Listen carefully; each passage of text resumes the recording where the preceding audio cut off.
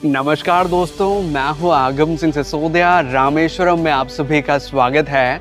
अगर आप रामेश्वरम यात्रा करने का प्लान कर रहे हैं तो आज हम आपको रामेश्वरम के लिए कंप्लीट गाइड करेंगे और यहाँ के सभी फेमस टूरिस्ट प्लेसेस को आपको अच्छे से दिखाएंगे।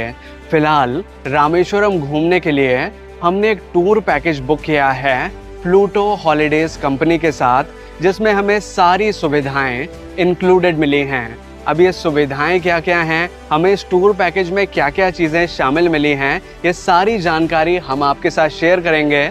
लेकिन इससे पहले आइए मिलकर एक्सप्लोर करते हैं रामेश्वरम। हमारी रामेश्वरम यात्रा की शुरुआत होती है मदुरई एयरपोर्ट से, क्योंकि रामेश्वरम का निकटतम एयरपोर्ट मदुरई में ही है। हमने फ़्लाइट ली थी इंदौर से मदुरई के लिए, जिसका ड्यूरेशन था लगभग 5 घंटे का, क्योंकि एक कनेक्टिंग फ़्लाइट थी जो कि चेन्नई होकर मदुरई पहुंची है। और अब मदुरई पहुंचते ही हमें लेने आ चुकी है गाड़ी, जो कि हमारे टूर पैकेज में शामिल है। और अब इसी गाड़ी के थ्रू हम रामेश्वरम के सभी स्थानों को घूमेंगे। फिलहाल अभी हम चल रहे हैं मदुरई से रामेश्वरम के लिए, जिसका डिस्टेंस है लगभग 170 किलोमीटर्स का। ये रास्ता काफ़ी अच्छा है और इसे पार करने में लगभग 3 से 4 घंटे का समय लगता है।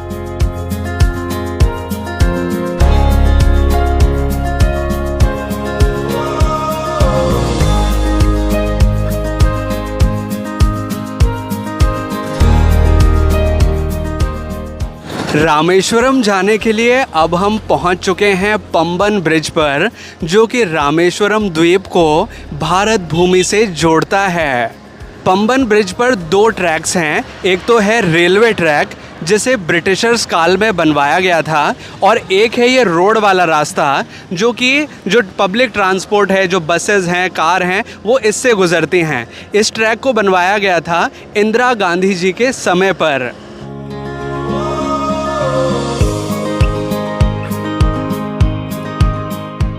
इस ब्रिज से आप दूसरी साइड पर देखेंगे तो आपको कई सारी बोट्स नज़र आएंगी, जिनका नज़ारा वाकई में बहुत ही खूबसूरत लगता है।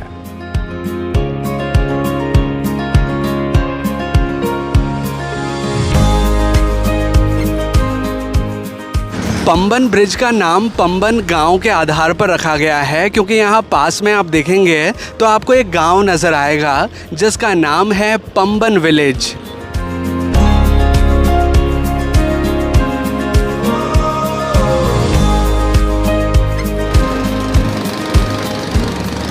पंबन ब्रिज के अभी एक ऐसे पॉइंट पर हम खड़े हैं जहां पर नज़र आ रहा है ओपन होने वाला पुल, यानी कि जब यहां से बोट्स गुजरती हैं, बड़े साइज़ के शिप्स गुजरते हैं, तो ये जो रेलवे ट्रैक वाला ब्रिज है इसे ओपन कर दिया जाता है ताकि जहाज़ यहां से आसानी से गुजर सकें।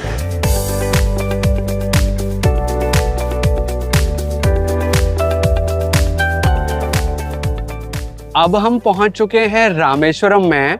हम तो यहाँ अपनी प्राइवेट कैब के थ्रू पहुँचे हैं, लेकिन अगर आप रामेश्वरम बाय बस आते हैं तो बस आपको ड्रॉप करती है रामेश्वरम बस स्टैंड पर, जहाँ पर अभी हम पहुँच चुके हैं। यहाँ पर दूर दूर से बसेस आती हैं। अगर आप भी बस से आते हैं तो यहीं पर आपका ड्रॉप होगा, और अगर कहीं वापस भी जाना चाहते हैं तो कनेक्टिंग बस आपको यहीं से मिलेगी। रामेश्वरम बस स्टैंड के साथ ही अब मैं आपको दिखाना चाहूँगा रामेश्वरम का रेलवे स्टेशन, जिसकी कनेक्टिविटी काफ़ी अच्छी है। ये काफ़ी बड़े बड़े शहरों से जुड़ा हुआ है। तो अगर आप रामेश्वरम बाय ट्रेन भी आना चाहते हैं तो आ सकते हैं। अब बात करें कि रामेश्वरम में आप कहाँ पर रुक सकते हैं, तो यहाँ पर आपको कई सारे ऑप्शंस मिल जाएंगे। यहाँ पर धर्मशालाएं भी हैं, लॉज भी हैं, और साथ ही कई सारी कैटेगरीज के होटल्स भी हैं, जो कि लो बजट से लेकर हाई बजट तक अवेलेबल होते हैं। तो आप अपने बजट के हिसाब से, अपनी सुविधा के हिसाब से यहाँ पर स्टे कर सकते हैं। रामेश्वरम में जिस होटल में हम रुकने वाले हैं उस होटल का रूम टूर मैं आपको कराना चाहूँगा। ये है हमारा होटल रूम, जिसे आप देख पाएंगे ये काफ़ी नीट एंड क्लीन है। इसमें साफ़ सफाई का बहुत अच्छे से ख्याल रखा गया है। साथ ही इसमें वो सारी सुविधाएं हैं जो कि एक होटल रूम में होनी चाहिए। हमारे इस होटल रूम का वॉशरूम एरिया भी काफ़ी नीट एंड क्लीन है। इसमें भी साफ़ सफाई का बहुत अच्छे से ख्याल रखा गया है। अब रामेश्वरम के सभी साइट सीन्स हम अपनी प्राइवेट कैब के थ्रू करने वाले हैं, जो कि हमारे टूर पैकेज में शामिल है। लेकिन अगर आप रामेश्वरम बाय बस आते हैं या फिर बाय ट्रेन आते हैं तो कुछ और ऑप्शंस भी हैं जिनकी जानकारी मैं आपको देना चाहूँगा, जिनसे कि आप साइट सीन्स कर सकते हैं। जैसे कि रामेश्वरम बस स्टैंड पर जब आप आएंगे तो यहाँ पर आपको एक लोकल ऑटो स्टैंड भी नज़र आएगा, जहाँ पर ऑटो की सहायता से आप रामेश्वरम घूम सकते हैं। यानी कि आप एक ऑटो बुक कर लें और वो आपको रामेश्वरम के जो भी स्थान है वो सभी दिखाते हैं। तो यहाँ से आप ऑटो बुक कर सकते हैं, या फिर चाहें तो मिनी बस की सुविधा भी यहाँ पर अवेलेबल है। तो आप चाहें तो मिनी बस की सहायता ले सकते हैं, या फिर यहाँ पर लोकल टैक्सीज भी चलती हैं, उसे भी आप चाहें तो बुक कर सकते हैं। रामेश्वरम ज्योतिर्लिंग मंदिर में दर्शन से पहले हमें सर्वप्रथम जाना होता है अग्नि तीर्थम में स्नान के लिए। फिर हम जाते हैं 22 तीर्थम में स्नान के लिए, और इसके पश्चात हम जाते हैं मुख्य मंदिर में दर्शन के लिए। तो कुछ इसी सीक्वल में अब हम अपनी यात्रा को आगे बढ़ाएंगे। रामेश्वरम में अब हम आ चुके हैं अग्नि तीर्थम के पास में, जो कि एक पौराणिक स्थान है और यहाँ पर स्नान करने का एक विशेष महत्व है। इस स्थान की एक पौराणिक कथा है जो कि अब मैं आपको सुनाना चाहूँगा कि जब भगवान श्री राम लंका विजय करके वापस लौट रहे थे तो इस स्थान पर माता सीता ने अग्नि परीक्षा दी थी, और अग्नि परीक्षा के पश्चात अग्निदेव ने समुद्र में यानी कि इस स्थान पर अग्नि तीर्थ में स्नान किया था। और इसी वजह से इस स्थान का महत्व है, और यहाँ आज आप देखेंगे तो कई सारे श्रद्धालु स्नान करते हुए नजर आएंगे।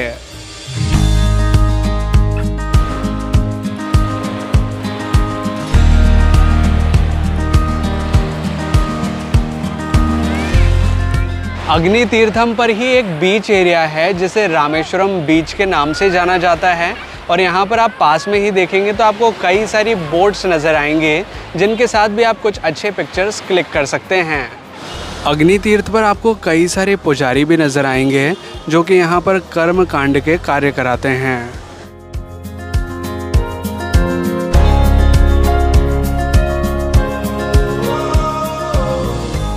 अब रामेश्वरम मंदिर के उत्तरी द्वार यानी कि नॉर्थ गेट पर हम पहुंच चुके हैं, जिसे उत्तरी गोपुरम भी कहा जाता है।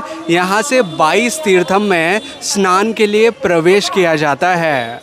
मंदिर परिसर के चारों ओर आप देखेंगे तो आपको कई सारी लॉकर फैसिलिटी नज़र आएगी। अगर आप अपने साथ कोई बैग लाते हैं या फिर कोई ऐसा सामान है जो कि आप बाहर लॉकर में रखना चाहते हैं तो ये आपके लिए काफ़ी अच्छी सुविधा रहेगी। 22 तीर्थम यानी कि 22 कुंडों का स्नान करने के लिए हमें 25 रुपीज़ पर पर्सन का यहाँ से टिकट परचेज़ करना होता है, जो कि नॉर्थ गेट पर बने टिकट काउंटर से हम परचेज़ कर सकते हैं।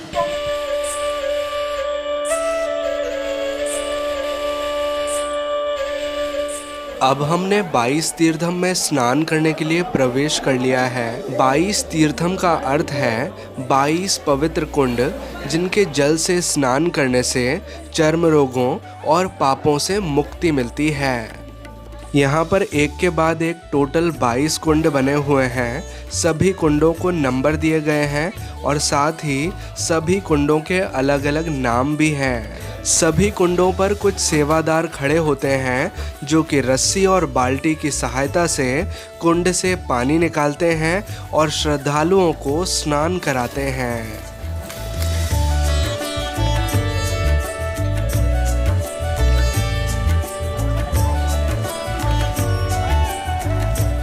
एक इम्पॉर्टेंट जानकारी आपके साथ शेयर करना चाहूँगा कि 22 तीर्थम का जल आप अपने घर भी ले जा सकते हैं। मंदिर परिसर में कौड़ी तीर्थम की एक वाटर बॉटल मिलती है जिसका मूल्य है 20 रुपीज़ का, जिसमें कि 22 तीर्थम का जल संग्रहित रहता है, जिसे आप यहाँ से परचेज कर सकते हैं और अपने घर ले जा सकते हैं। रामेश्वरम में अब हम चल रहे हैं रामनाथ स्वामी मंदिर में दर्शन के लिए, जो कि रामेश्वरम का सबसे प्रमुख मंदिर है और भारत के 4 धामों में से एक है। इसी के साथ इस मंदिर का एक और इम्पोर्टेंस है कि भगवान शिव के 12 ज्योतिर्लिंग में से भी ये एक है, और अगर नंबरिंग वाइज बात की जाए तो ये भगवान शिव के 11वें नंबर के ज्योतिर्लिंग हैं।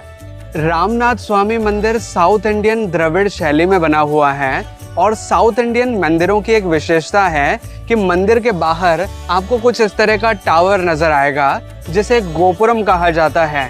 एक्चुअल में ये मंदिर का मेन एंट्रेंस गेट होता है। मंदिर के अंदर 4 प्रमुख द्वार हैं और मंदिर चारों ओर से 4 दीवारी से घिरा हुआ है। भारत में 4 प्रमुख धाम हैं, जो कि है द्वारका जी, बद्रीनाथ, जगन्नाथपुरी और रामेश्वरम। लेकिन रामेश्वरम धाम के बारे में एक स्पेशल बात है कि ये भगवान शिव को समर्पित है, और जो बाकी 3 धाम हैं वो भगवान श्री हरि विष्णु के हैं। रामेश्वरम मंदिर समुद्र तट के पास में बना हुआ है, और रामेश्वरम मंदिर का गलियारा विश्व का सबसे बड़ा गलियारा है, जिसकी कारीगरी देखने लायक है।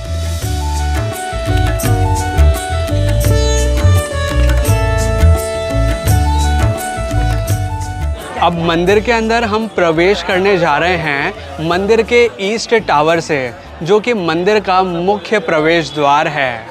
यहाँ पर दर्शन के लिए अलग अलग लाइंस लगती हैं। अगर आप फ्री दर्शन करना चाहते हैं तो उसकी लाइन अलग रहती है। अगर आप स्पेशल दर्शन करना चाहते हैं, VIP दर्शन करना चाहते हैं, तो उसकी अलग अलग लाइंस हैं। यहाँ पर 100 रुपीज़, 200 रुपीज़ और 50 रुपीज़ की भी लाइंस लगती हैं, जिनकी अलग अलग कैटेगरी के हिसाब से। कुल मिला के अगर आप 200 वाली स्पेशल दर्शन की लाइन लेते हैं तो भगवान के आप और ज़्यादा क्लोज में आके और ज़्यादा करीब से दर्शन कर सकते हैं। जो 100 वाली लाइन है वो थोड़ा सा दूरी हो जाती है, और 50 और जो फ्री दर्शन है वो थोड़ा और दूर हो जाता है। कुल मिला के थोड़ा सा स्पेशल से मतलब है कि जल्दी दर्शन हो जाते हैं, लेकिन कई बार यहाँ पर बिल्कुल भीड़ नहीं होती, तो ज़रूरी नहीं है कि आप स्पेशल दर्शन का टिकट लें, आप यहाँ पर फ्री दर्शन भी कर सकते हैं।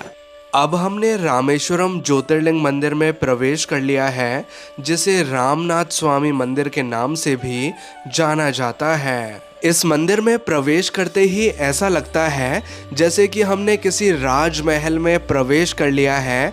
मंदिर की कारीगरी बहुत खूबसूरत है, जो कि देखने लायक है। अभी हम रामेश्वरम मंदिर के गलियारे में चल रहे हैं, जहां पर कई सारे पिलर्स नज़र आ रहे हैं। इन पिलर्स की संख्या के बारे में अगर मैं बात करूं तो ये पिलर्स हैं 1212, जो कि बहुत सुंदरता से तराशे गए हैं।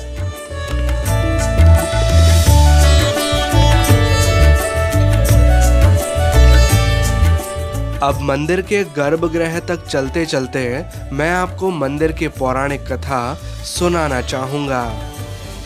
जब भगवान श्री राम लंका विजय करके वापस लौट रहे थे तो वो समुद्र किनारे इस स्थान पर कुछ देर के लिए रुके। यहाँ पर उन्हें कुछ ऋषि मुनि मिले, जिन्होंने उन पर ब्राह्मण हत्या का दोष बताया, क्योंकि भगवान श्री राम ने रावण का वध किया था और रावण एक ब्राह्मण था। ब्राह्मण हत्या के दोष का निवारण करने के लिए ऋषि मुनियों ने भगवान श्री राम को भगवान शिव की आराधना करने की सलाह दी। फिर भगवान श्री राम ने हनुमान जी को शिवलिंग लाने भेजा, लेकिन शिवलिंग लेकर आने में हनुमान जी को थोड़ी देरी हो गई, तो यहाँ पर माता सीता ने रेत की सहायता से एक शिवलिंग बनाया। फिर ऋषि जी ने कहा कि मुहूर्त बीता जा रहा है, आप इस रेत के शिवलिंग की ही आराधना कीजिए। ऋषि जी की बात मानकर भगवान श्री राम और माता सीता ने रेत के शिवलिंग का अभिषेक किया और पूजा अर्चना की। फिर हनुमान जी शिवलिंग लेकर आए, लेकिन तब तक भगवान श्री राम और माता सीता ने पूजा अर्चना संपन्न कर ली थी। फिर हनुमान जी ने भगवान राम से कहा कि अब मेरे द्वारा लाया गया शिवलिंग कहाँ पर स्थापित किया जाए। पहले हनुमान जी ने कोशिश की कि उनके द्वारा लाया गया शिवलिंग उसी स्थान पर स्थापित हो जहाँ पर भगवान श्री राम और माता सीता ने शिवलिंग की पूजा की है। उन्होंने काफ़ी कोशिश की लेकिन वो शिवलिंग वहाँ से नहीं हिला। तो फिर भगवान श्री राम ने अपने द्वारा स्थापित रामलिंगम शिवलिंग के पास ही हनुमान जी के द्वारा लाए गए विश्वलिंगम शिवलिंग को स्थापित किया। और फिर भगवान श्री राम और माता सीता ने हनुमान जी के द्वारा लाए गए शिवलिंग का अभिषेक किया और पूजा अर्चना की। आज भी रामेश्वरम मंदिर में मुख्यतः 2 शिवलिंग विराजमान है। एक शिवलिंग तो वो जो कि भगवान श्री राम द्वारा स्थापित किया गया जिसे रामलिंगम कहा जाता है, और दूसरा शिवलिंग वो जो कि हनुमान जी द्वारा लाया गया था जिसे विश्वलिंगम कहा जाता है। दोनों ही शिवलिंग को यहाँ पर महत्वपूर्ण माना जाता है और दोनों ही शिवलिंग की यहाँ पर पूजा अर्चना की जाती है। अब हम मंदिर के गर्भगृह के काफ़ी करीब पहुँच चुके हैं और कुछ ही देर में हम भगवान के दर्शन करेंगे। लेकिन इससे पहले मैं आपको मंदिर की सुंदर मूर्तियों को दिखाते हुए मंदिर का टाइमिंग बताना चाहूँगा। मंदिर सुबह 4 बजे से दोपहर 1 बजे तक खुला रहता है, जिस दौरान हम यहाँ दर्शन कर सकते हैं। लेकिन दोपहर 1 बजे से लेकर 3 बजे तक मंदिर के पट बंद होते हैं, जिस दौरान हम यहाँ दर्शन नहीं कर पाते। पर दोपहर 3 बजे से रात के 8 बजे तक मंदिर के पट खुले रहते हैं, जिस दौरान भी हम यहाँ पर भगवान के दर्शन कर सकते हैं। अब हमने गर्भगृह में प्रवेश कर लिया है, जहां से हम भगवान के दर्शन कर सकते हैं।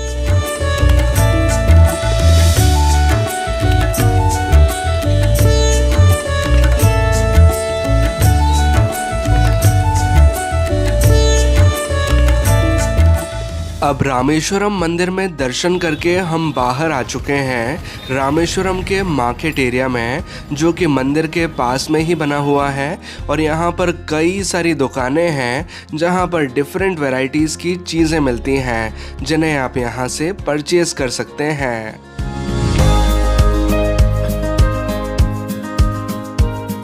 मार्केट में घूमते हुए अब मैं आपको अपने अगले पड़ाव की जानकारी देना चाहूँगा। हमारा अगला पड़ाव है धनुषकोडी, जहाँ से भगवान श्री राम ने राम सेतु का निर्माण किया था। फिलहाल अभी हम रामेश्वरम मार्केट में ही हैं और यहाँ पर आपको मैं बताना चाहूँगा कई सारे प्योर वेज रेस्टोरेंट्स हैं जहाँ पर आप शुद्ध शाकाहारी भोजन ग्रहण कर सकते हैं। इनमें से हमने चूज़ किया राजस्थानी भोजनालय को, क्योंकि हम राजस्थान से हैं। यहाँ पर हमने एक सिंपल थाली ली जिसका मूल्य था 130 रुपीज़ का, जिसमें काफ़ी सारी वैरायटी के फूड आइटम्स थे। अगर रामेश्वरम में एक जनरल बेसिस पे बात करूँ तो आप 100-150 रुपये 200 रुपये में बहुत ईजीली खाना ले सकते हैं। यहाँ पर डिफरेंट वैरायटी के फूड आइटम्स अवेलेबल हैं। एक और इंटरेस्टिंग चीज़ है जो कि यहाँ देखने मिल रही है कि यहाँ लगभग हर किराने की दुकान पर केले लटके हुए नज़र आते हैं और इन केलों की वैरायटी भी काफ़ी सारी है।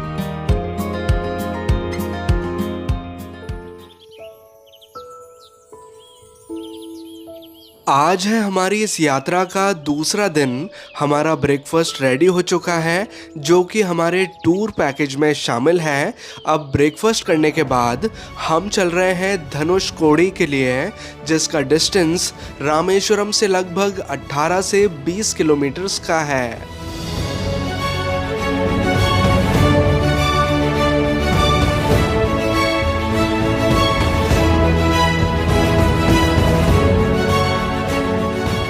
फाइनली अब हम पहुंच चुके हैं धनुषकोडी में, जो कि भारत भूमि का अंतिम छोर है। इसके बाद समुद्र है और समुद्र के पार है श्रीलंका। और इस पॉइंट से अगर देखें तो श्रीलंका सिर्फ 18 किलोमीटर रह जाता है। यहाँ पर कई सारे लोकल लोग हैं जिनसे हमने ये पूछा कि यहाँ से श्रीलंका कितना है, तो उनका कहना है कि यहाँ से सिर्फ 18 किलोमीटर रह जाता है श्रीलंका।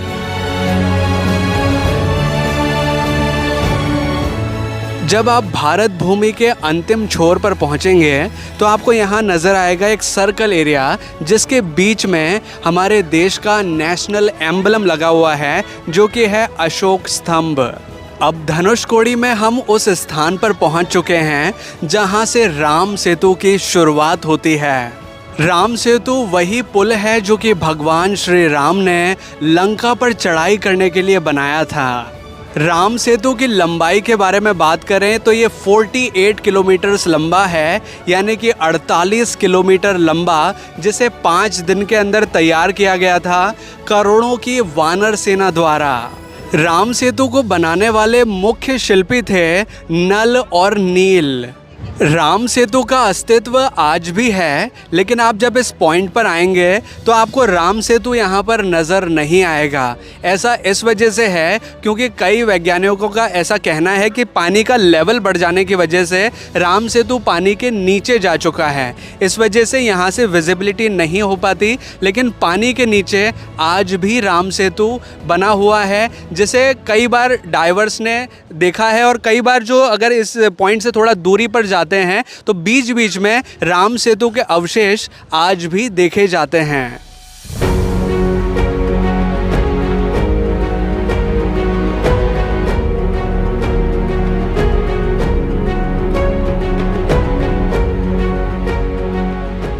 धनुषकोडी के इस अंतिम छोर से मैं आपको कुछ बहुत ही इंटरेस्टिंग दिखाना चाहूँगा कि अभी आप जो हमारे इस साइड में देख रहे होंगे, ये जो समुद्र है ये है इंडियन ओशन, जिसे कहा जाता है हिंद महासागर। और अभी मैं दूसरी साइड आपको दिखाना चाहूँगा, ये है बे ऑफ बंगाल, जिसे कहा जाता है बंगाल की खाड़ी। और अभी जिस पॉइंट पर हम खड़े हुए हैं, जो ये मिडिल पॉइंट है, ये है संगम पॉइंट, जहाँ पर बे ऑफ बंगाल और इंडियन ओशन आकर मिलते हैं, यानी कि दो समुद्र आकर यहाँ पर मिलते हैं और इसे बोलते हैं संगम। धनुषकोडी का नाम भगवान श्री राम के धनुष के आधार पर रखा गया है, जिसका अर्थ होता है धनुष की नोक।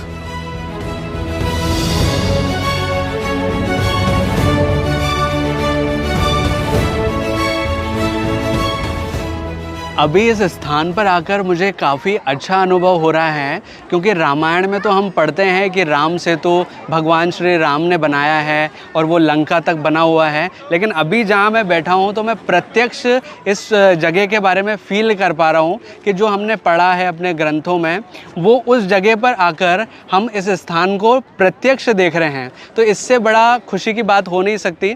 मुझे काफ़ी अच्छा लग रहा है, क्योंकि यहीं से, जहाँ पर मैं बैठा हूँ, यहीं से राम सेतु का निर्माण शुरू हुआ था और वो राम सेतु लंका तक बनाया गया था, जो कि 48 किलोमीटर लंबा है।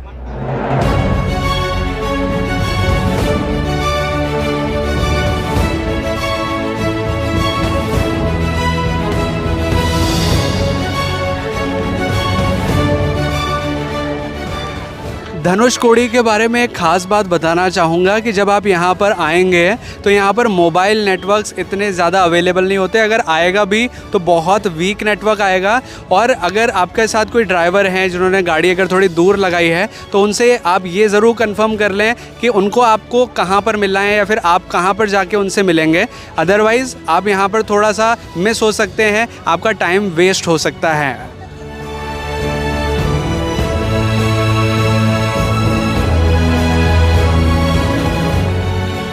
धनुषकोडी में अब हम एक ऐसे स्थान पर पहुंच चुके हैं जहां पर पुराने अवशेष देखे जा सकते हैं, क्योंकि पुराने समय में धनुषकोडी एक बड़ा सिटी हुआ करता था, एक बड़ा आबादी वाला क्षेत्र हुआ करता था। लेकिन जब 24 दिसंबर 1964 को यहाँ पर साइक्लोन आया, एक सुनामी जैसा आया, तो उस दौरान ये पूरी आबादी, पूरा शहर पानी के अंदर डूब गया और पूरी तरह डिस्ट्रॉय हो गया।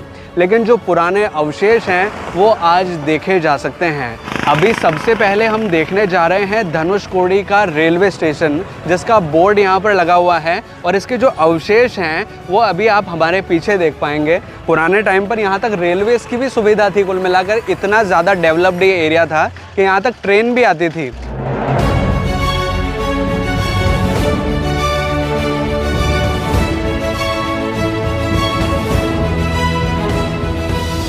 यहीं पास में कुछ ही दूरी पर एक चर्च भी बना हुआ था जिसके अवशेष आज भी देखे जा सकते हैं। धनुषकोडी को गोस्ट टाउन के नाम से भी जाना जाता है। ऐसा इस वजह से है क्योंकि पुराने समय में जब यहाँ साइक्लोन आया था तो काफ़ी सारे लोग यहाँ पर मारे गए थे। उनके घरों के, चर्च के सिर्फ अवशेष मात्र ही यहाँ पर रह गए हैं। इस वजह से इसे गोस्ट टाउन कहा जाता है। धनुषकोडी में अब हम पहुंच चुके हैं बीच साइड एरिया में, जहां पर बहुत ही बड़ा सा बीच एरिया है क्योंकि धनुषकोडी एक पूरा स्ट्रेट पाथ है जो अंतिम छोर है भारत का।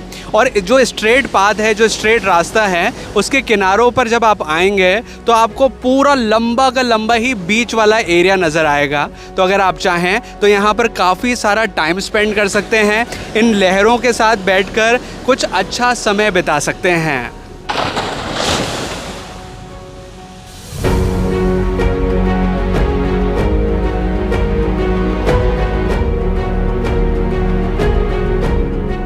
धनुषकोडी में आप देखेंगे तो यहाँ पर भी आपको कई सारी शी शेल्स और शंख की दुकानें नज़र आएंगी, जिनमें से एक शॉप पर अभी मैं आया हूँ। यहाँ पर जो वैरायटी है शंखों की वो बहुत ज़्यादा है। जैसे कि आप देखेंगे तो बड़े बड़े साइज़ के जो शंख होते हैं, जिन्हें अगर आप चाहें तो यहाँ से परचेज़ भी कर सकते हैं। इस तरह के बड़े साइज़ के शंख यहाँ पर अवेलेबल हैं। अगर आप छोटे लेना चाहते हैं तो छोटे की वैरायटी भी है यहाँ पर। और सबसे इम्पॉर्टेंट चीज़ कि यहाँ पर शी शेल्स और शंखों के द्वारा डेकोरेटेड आइटम्स भी मिलते हैं। जैसे कि आप ये पीछे जो सारे फोटो फ्रेम्स टाइप के देख रहे होंगे, ये सभी शंख और जो सी शेल्स मिलते हैं उनसे मिला करके बनाए गए हैं। यहाँ पर कई सारी शॉप्स पर आप ओरिजिनल पर्ल, ओरिजिनल जो मोती होता है उसे भी परचेज कर सकते हैं। ओरिजिनल मोतियों की जो माला होती है, जो समुद्र से मोती निकलते हैं सीपियों के अंदर, इस तरह की जो सीपियाँ होती हैं इनके अंदर मोती होते हैं। मतलब ये जब सीपियाँ बंद होती हैं तो इनके अंदर मोती निकलते हैं। जब समुद्र से जो ओरिजिनल मोती निकलते हैं वो यहाँ पर अवेलेबल होते हैं और उनकी जो माला होती है वो भी यहाँ पर से आप परचेज़ कर सकते हैं। इस तरह की ये माला होती है, ये ओरिजिनल मोती है जो कि समुद्र से निकलता है। काफ़ी एक्सपेंसिव होता है लेकिन जो ओरिजिनल चीज़ है वो यहाँ पर ईजिली अवेलेबल होती है। धनुषकोडी में एक लाइट हाउस भी है जिसके ऊपर तक जाया जा सकता है क्योंकि वहाँ से धनुषकोडी का बहुत ही खूबसूरत नज़ारा देखा जा सकता है। लाइट हाउस के अगर आप ऊपर जाना चाहते हैं तो इसका 10 रुपीज़ पर पर्सन का टिकट चार्ज लगता है। अगर टाइमिंग के बारे में बात करूं तो सुबह 10 बजे से शाम को 5 बजे तक लाइट हाउस ओपन रहता है, लेकिन मंडे के दिन इसका अवकाश होता है। और एक फ़ायदे की बात कि लाइट हाउस के ऊपर तक जाने के लिए लिफ्ट की सुविधा भी लगी हुई है।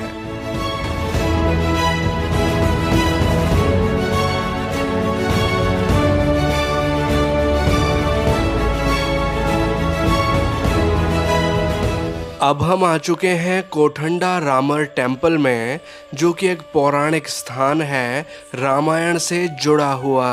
ये वही स्थान है जहां पर भगवान श्री राम ने विभीषण का राज्याभिषेक किया था। ये मंदिर धनुषकोडी वाले मार्ग पर ही पड़ता है, तो अगर आप धनुषकोडी आते हैं तो इस स्थान पर ज़रूर आएं। इस मंदिर के सामने एक बहुत महत्वपूर्ण और इंटरेस्टिंग स्थान है जहां पर राम सेतु के तैरते हुए पत्थर यानी कि फ्लोटिंग स्टोन्स दिखाए जाते हैं।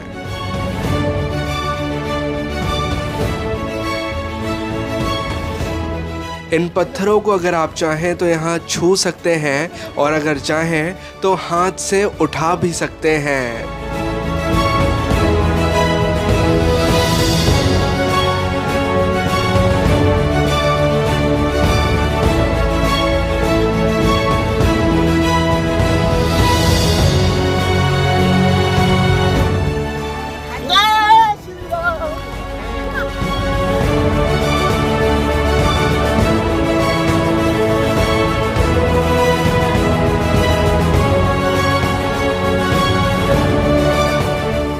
रामेश्वरम में अब हम पहुंच चुके हैं लक्ष्मण तीर्थम के पास में, जो कि एक पौराणिक स्थान है रामायण से जुड़ा हुआ। इस स्थान का इम्पोर्टेंस इस वजह से है क्योंकि लंका विजय करने के बाद वापस लौटते वक्त इस स्थान पर लक्ष्मण जी ने भगवान शिव की आराधना की थी अपने पापों से मुक्ति हेतु। यहाँ पर प्राचीन लक्ष्मणेश्वर मंदिर भी बना हुआ है, जो कि भगवान शिव का एक मंदिर है, जहाँ पर भी आप दर्शन कर सकते हैं। इस मंदिर के अंदर जब आप आएंगे तो आप देखेंगे कि मंदिर का आर्किटेक्चर बहुत ही खूबसूरत है, जो कि देखने लायक है।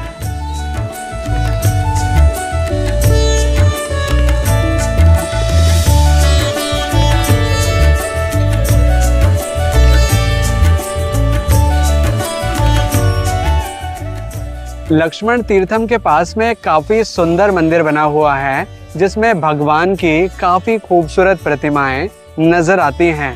इस मंदिर का नाम है श्री कृष्ण प्रणामी मंदिर, जहां पर भी आप दर्शन कर सकते हैं।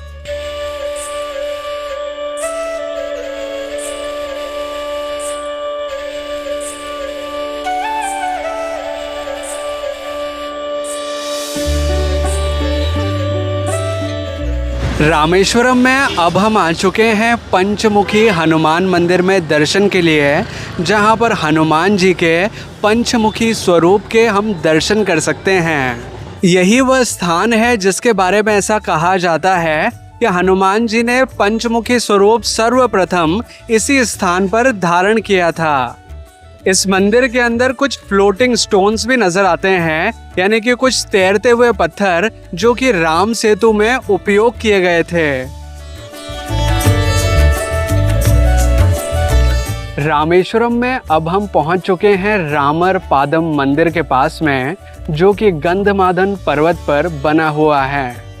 इस स्थान के पौराणिक इम्पोर्टेंस के बारे में अगर बात करें तो यही वह स्थान है जहां खड़े होकर भगवान श्री राम ने लंका के डिस्टेंस का अनुमान लगाया था।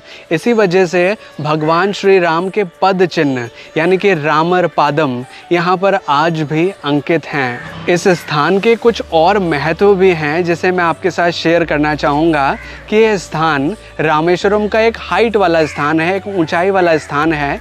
इस वजह से जब रामायण काल में हनुमान जी को लंका जाना था तो लंका के लिए हनुमान जी ने इसी पर्वत से छलांग लगाई थी। क्योंकि गंधमादन पर्वत काफ़ी ऊंचाई वाला स्थान है, तो जब आप रामर पादम मंदिर के ऊपरी हिस्से पर आएंगे तो आप यहाँ से देखेंगे कि रामेश्वरम का दूर दूर तक का नज़ारा यहाँ से देखा जा सकता है। जैसे कि इस साइड आप देखेंगे तो रामा स्वामी मंदिर जो मेन मंदिर है रामेश्वरम का, वो भी यहाँ से नज़र आता है। जो रामेश्वरम की बसावट है वो नज़र आती है, और साथ ही नज़र आता है रामेश्वरम का टीवी टावर।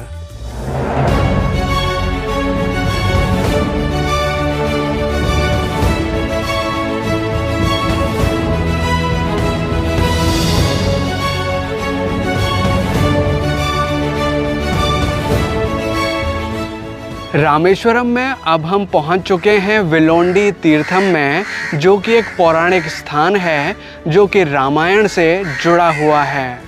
इस स्थान का ऐतिहासिक महत्व इस वजह से है क्योंकि जब भगवान श्री राम लंका विजय करके वापस रामेश्वरम में लौटे थे, तो जब यहाँ पर वो आए तो माता सीता को यहाँ पर प्यास लगी। तो भगवान श्री राम ने माता सीता की प्यास बुझाने के लिए समुद्र में एक तीर मारा था, जिससे यहाँ पर मीठा पानी उत्पन्न हुआ और उससे माता सीता की प्यास बुझी। इस स्थान के हिस्टोरिकल इम्पोर्टेंस के बारे में यहाँ पर लगे बोर्ड पर भी लिखा हुआ है।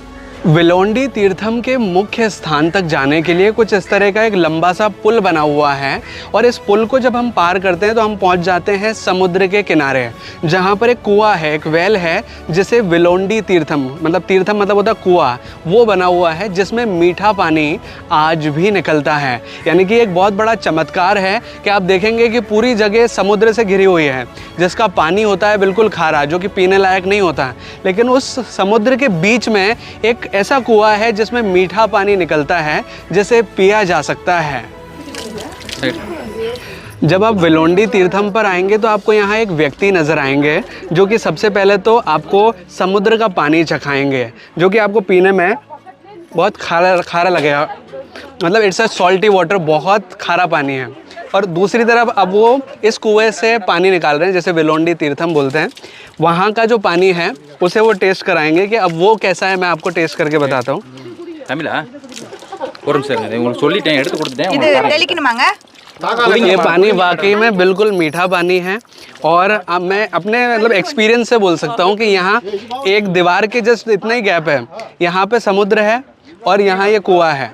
इसमें बिल्कुल मीठा पानी है, बिल्कुल फ्रेश वाटर है और यहाँ पे पानी इतना खारा है कि उसे पिया नहीं जा सकता। तो वाकई में ये जगह एक चमत्कार से कम नहीं है।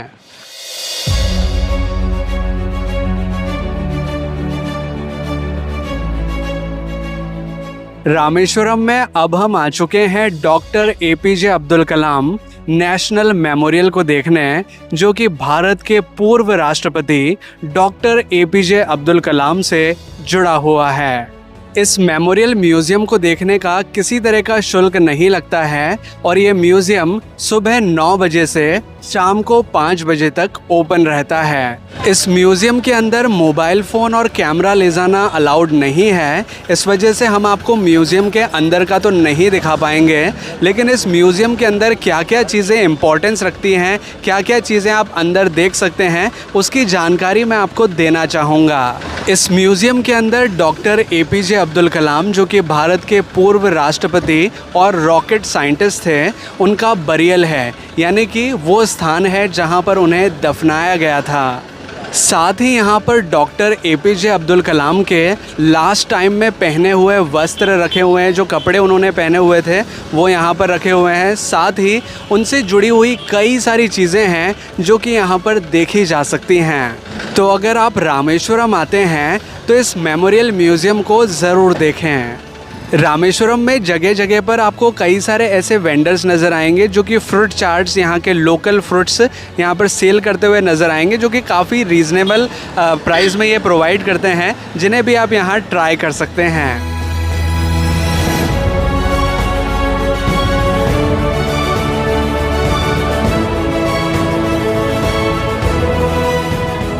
रामेश्वरम में अब हम आ चुके हैं डॉक्टर एपीजे अब्दुल कलाम के हाउस के पास में, जो कि भारत के राष्ट्रपति और एक बहुत बड़े वैज्ञानिक थे। यही वो स्थान है जहां पर डॉक्टर एपीजे अब्दुल कलाम का जन्म हुआ था और आज उनके इस घर को म्यूज़ियम के अंदर परिवर्तित कर दिया गया है।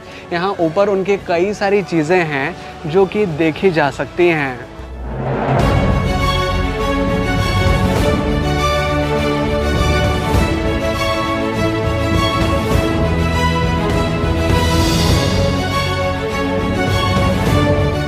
डॉक्टर एपीजे अब्दुल कलाम के घर को देखने का किसी तरह का शुल्क नहीं लगता, ये बिल्कुल निःशुल्क है। तो चलिए अब मैं आपको जानकारी देता हूँ कि रामेश्वरम आपको कब घूमने आना चाहिए। यहाँ पर आप साल भर में कभी भी आ सकते हैं, लेकिन जो बेस्ट सीज़न होता है वो होता है मार्च से अक्टूबर का, क्योंकि उस टाइम पर थोड़ा विंटर सीज़न होता है, तो यहाँ पर आपको थोड़ी गर्मी कम लगती है। अभी जिस महीने में हम रामेश्वरम यात्रा के लिए आए हैं, ये महीना है मार्च का, जिस दौरान यहाँ पर न ज़्यादा गर्मी है न ज़्यादा सर्दी है। लेकिन अगर आप गर्मियों के मौसम में आते हैं तो यहाँ पर ह्यूमिडिटी और गर्मी का लेवल थोड़ा ज़्यादा बढ़ जाता है, इस वजह से आपको थोड़ी प्रॉब्लम हो सकती है। तो उस दौरान यहाँ पर आपको नारियल पानी की काफ़ी सारी शॉप्स नज़र आएंगी, तो बीच बीच में रिफ़्रेशमेंट के लिए आप नारियल पानी पी सकते हैं। रामेश्वरम के अग्नि तीर्थम के पास में ही एक वाटर स्पोर्ट्स क्लब है, जहां पर कई तरह की वाटर एक्टिविटीज़ कराई जाती हैं, जिनका मज़ा आप यहां पर ले सकते हैं।